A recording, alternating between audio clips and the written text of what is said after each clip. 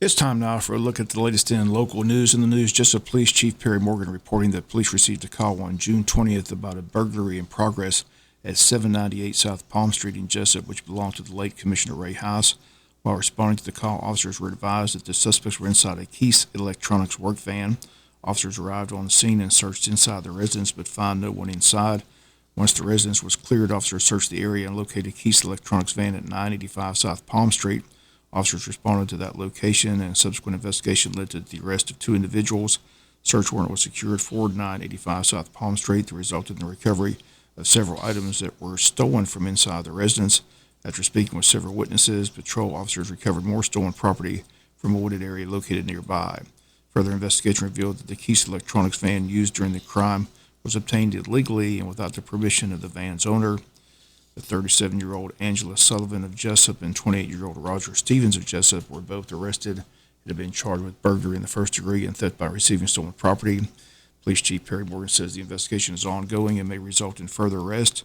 They encourage anyone with information pertaining to this case to contact the Jesup PD at 912-427-1300. Jesup City Council met in a special call meeting on Wednesday evening in hopes of selecting the next city commissioner to serve District 5 to fill the unexpired term of Commissioner Ray House. 3 names were submitted to choose from, but after a 30-minute meeting on Wednesday and 2 votes on 2 of the 3 candidates, the issue has not been able to be resolved as both motions failed to receive the necessary votes. First motion was by Commissioner Stanley Todd to have former Jesup Mayor David Earl Keith fill out the term. It was seconded by Commissioner Shirley Armstrong. Those two, along with Commissioner Pamela Schuman, all voted in favor of David Earl Keith, but Commissioner Tim Caulfield and Bill Harvey, before the vote, stated they had committed their support to former City Manager Mike Deal, and they voted no on the motion to select David Earl Keith. After the Commissioners Todd's motion failed, Commissioner Tim Caulfield made a motion for Mike Deal to be selected to fill out the term of Commissioner Ray Haas. Harvey and Tim Caulfield voted yes, but the motion failed 2-3 with Commissioner Stanley Todd, Shirley Armstrong, and Pamela Schuman all voting no. Meeting ended with no one being selected to fill out the term, and now that decision lands at the feet of the Governor, Brian Kemp, who will step in and make the appointment to fill out the unexpired term. The date of that is set for July the 11th. Governor could decide not to get involved at all and leave the seat vacant until the election in November. No word from the Governor's office, but we did learn yesterday that the Governor's office has made a few calls to Jesup to get as much information as possible about what has taken place with the City Council and their lack of not being able to fill the unexpired term of the Commissioner Ray Haas. We'll continue to follow the story as it develops. Once again, Wednesday night, 2 motions, 2 votes, both votes failing to acquire the necessary 4 votes it takes to pass. City still hasn't passed their fiscal year budget. The current budget runs out at the end of the month, but they state a meeting will be called next week, and they hope to have the budget passed by unanimous vote. The school board looking to pass their budget. They've got a called meeting on their proposed budget set for Tuesday, June 27th at 5 p.m. The regular meeting begins at 6 p.m. that Tuesday, all taking place at the Tech Center. We'll be back with more news after this word from our sponsor, other commercial messages, so please stay tuned. Community-wide blood drive coming up on Monday, June 26th from 1 to 6 p.m. at the Calvary Baptist Church Gymnasium. Again, it's sponsored by the Jesup Shriners Ladies Auxiliary. Red Cross asks that to make an appointment, please visit redcrossblood.org and enter Jesup to schedule an appointment. Walk-ins will be welcome, but they do ask that you make an appointment if you can. Again, the date, Monday, June 26th from 1 to 6 p.m. at the Calvary Baptist Church Gymnasium. Long County Health Department is offering 3 back-to-school vaccination and screening events this summer for children and teens. One's already taken place. The other 2 are set for July 13th and August 24th. Clinics are scheduled from 8:30 to 11:30 and 1 to 5:30. Again, they ask you to call for an appointment. The number is 912-545-2107. Again, they state these vaccinations are important for kids entering school.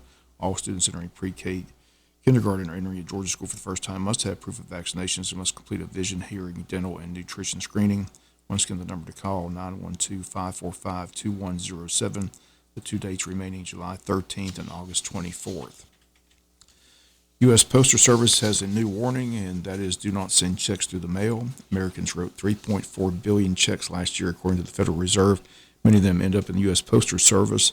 Now the post office is warning its users not to put checks in the mail because more of them are getting stolen than ever.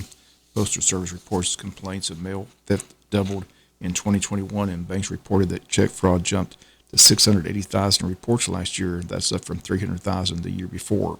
Question is, who's stealing the checks? The Postal Service says the answer is not entirely clear. They state it could be workers at postal distribution centers who recognize a check in an envelope, or perhaps likely thieves who fish envelopes out of mailboxes.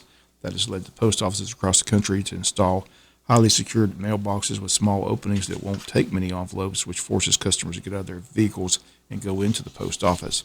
They state whoever's doing the theft, data on your bank checks can be used by a sophisticated scam artist who can change the name of the payee on the check and even the amount on the check. Post office officials state that if you must mail a check, avoid the mailbox and take the envelope directly inside the post office. Of course, many companies now prefer you pay online, but they state that has its own set of fraud issues as well.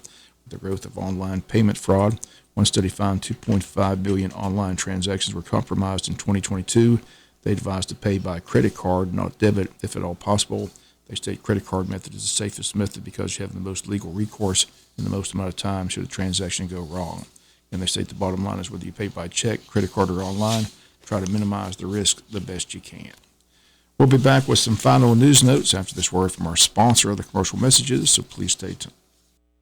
Final notes news, City of Scriven inviting everyone to come celebrate Independence Day with a full line of entertainment the weekend of June 30th and July 1st. It'll all begin that Friday night, June 30th at the Scriven Fire Department with the local band Second Chance taking the stage at 8 p.m. They should bring your lawn chairs and dancing shoes, dance the night away. Then on Saturday, July 1st, the festival begins at 2 p.m., ends with the best fireworks show around. During the day, food vendors and a kids zone and a full day of activities. Once again, come one, come all, Friday, June 30th to hear Second Chance Band. All day Saturday, July 1st, leading up to the best fireworks show around. We'll have Scriven Mayor Jason Weaver in studio a week from today to talk about the big weekend, again, next weekend, June 30th and July 1st.